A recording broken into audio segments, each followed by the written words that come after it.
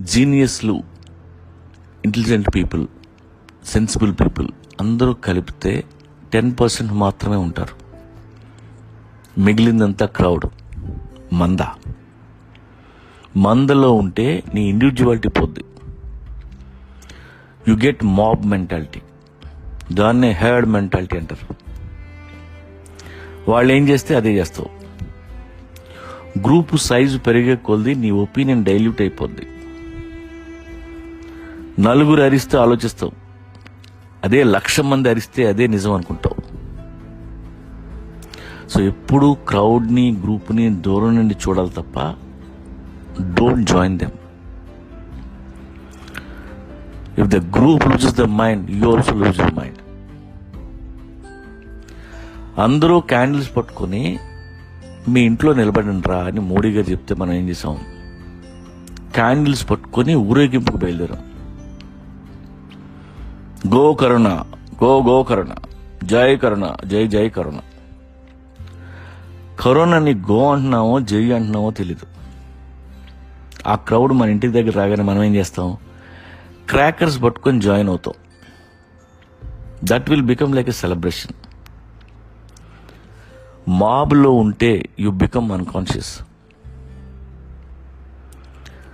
అర్ధరాత్రి ఒంటరిగా అమ్మాయి కనిపిస్తే కోరిక కలిగిన అలాగే చూస్తావు. కానీ 10 మంది తోడైతే అందరితో కలిసి రేప్ కమిట్ అవుతాం.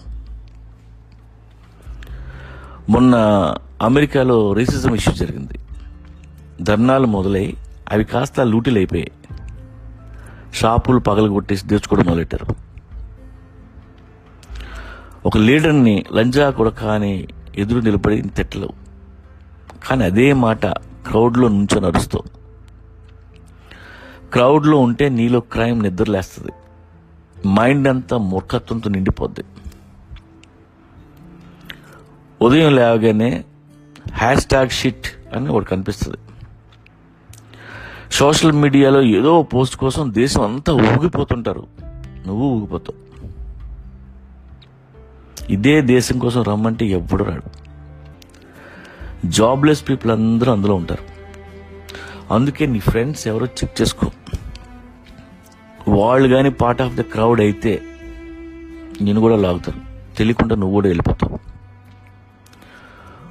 ఒక కుక్క అరిస్తే వీధిలో 200 మంది కుక్కలు వస్తాయి. అసలు ప్రాబ్లం ఏంటో, ఎందుకు అరుస్తున్నాయో ఏ కుక్కకి తెలీదు.